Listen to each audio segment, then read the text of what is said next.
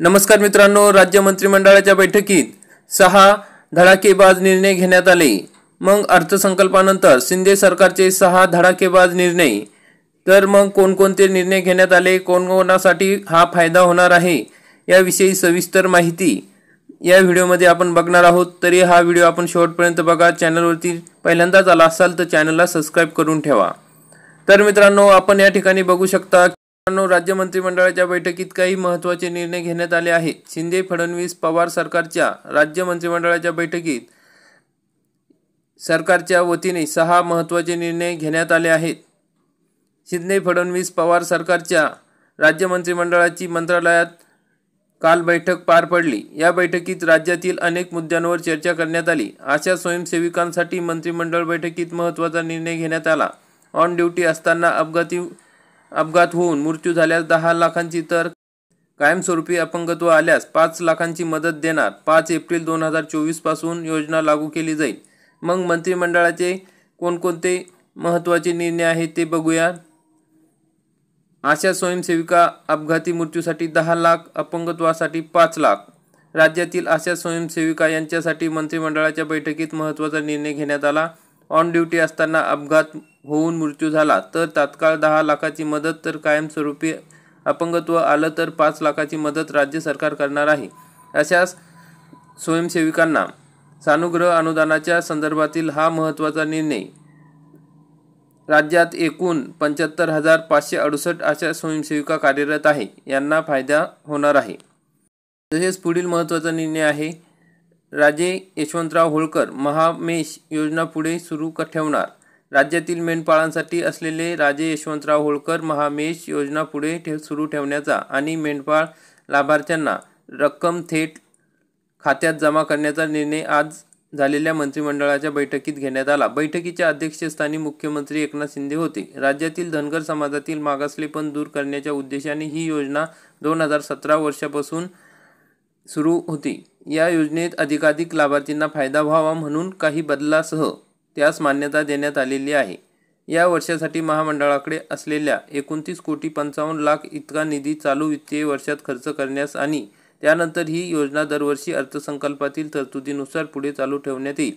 पशुधन खरेदी बाबतीत 75% अनुदानाची रक्कम 7 दिवसात थेट लाभ हस्तांतरित प्रक्रियेतून म्हणजे DBT मार्फत लाभार्थ्यांना देण्यात येईल। तसेच चारा, बियाणे व बहुवार्षिक गवत प्रजातींचे ठोंबे व बियाणे यासाठीचे जे अनुदान वगळता उर्वरित सर्व लाभ DBTच्या माध्यमातून लाभार्थ्यांना देण्यात येणार आहे। तसेच दिव्यांग कर्मचाऱ्यांना 2016 पासून पदोन्नतीसाठी आरक्षण लागू होणार आहे। मग राज्य शासनातील दिव्यांग कर्मचाऱ्यांसाठी 30 जून 2016 पासून पदोन्नतीसाठी आरक्षण लागू करण्याचा निर्णय आज झालेल्या मंत्रिमंडळ बैठकीत घेण्यात आला। बैठकीच्या अध्यक्षस्थानी मुख्यमंत्री एकनाथ शिंदे होते। गट ड ते गट अ च्या पदांमध्ये पदोन्नतीमध्ये 4% आरक्षण 30 जानेवारी 2016 पासून लागू करण्यात आलेले आहे। याचा लाभ काल्पनिक पद्धतीने गट अ च्या निम्न स्तरापर्यंत मिळेल। 30 जून 2016 पासून ज्या दिनांकाला दिव्यांग अधिकारी किंवा कर्मचारी पदोन्नतीसाठी पात्र ठरेल त्या दिनांकापासून त्यांना काल्पनिकरित्या आरक्षणाचा लाभ देण्यात येईल। पदोन्नतीचा प्रत्यक्ष आर्थिक लाभ त्यांना प्रत्यक्षात पदभार स्वीकारल्याच्या तारखेपासून लागू होईल। या निर्णयामुळे पदोन्नती साखळीतील अंतर्गत ज्येष्ठतेवर परिणाम होण्याची शक्यतेमुळे गैरसोय टाळण्यासाठी 30 जून 2016 नंतर मान्यता देण्यात आलेल्या प्रत्येक निवड सूचीतील पदसंख्येनुसार 20 एप्रिल 2023च्या शासन निर्णयातील तरतुदीनुसार प्रत्येक शासकीय आस्थापनेने दिव्यांग आरक्षणाची गणना करावी। तसेच पात्र दिव्यांगाची संख्या पुरेशी नसल्यास अधिसंख्य पद निर्माण करावेत असे देखील ठरले आहे। शेती पिकांचे नुकसान ठरविण्यासाठी अद्ययावत प्रणाली लवकरात लवकर विकसित करणार आहे।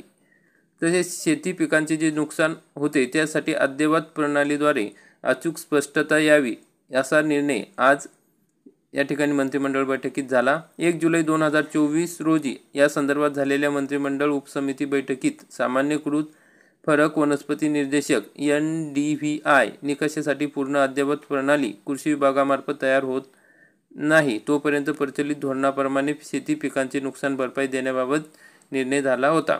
न्यायिक अधिकाऱ्यांसाठी 51 सदनिका म्हणजे मुंबईत न्यायिक अधिकाऱ्यांसाठी 51 सदनिकांचे भाडे तत्त्वावर उपलब्ध करण्यास आज झालेल्या मंत्रिमंडळ बैठकीस मान्यता देण्यात आली। मग त्यामध्ये माझगाव येथील परिजात इमारतीत 16, केदार इमारतीत 3 अशा 19 न्यायिका अधिकाऱ्यांना आणि नव्याने निर्माण होणाऱ्या पदांच्या अनुषंगाने 32 अशा 51 सदनिका ऑक्टोबर 2024 ते ऑक्टोबर 2027 या 3 वर्षाच्या कालावधीसाठी भाडेतत्त्वावर घेण्यात येतील. एका सदनिकेचे एका महिन्याचे कमाल भाडे 1,20,000 असून त्यामुळे 51 सदनिकांसाठी एका वर्षाच्या 51,34,40,000 इतके भाडे खर्चास मान्यता देण्यात आली आहे. मग नाशिक जिल्ह्यातील अंबड MIDCसाठी 16 हेक्टर शासकीय जमीन.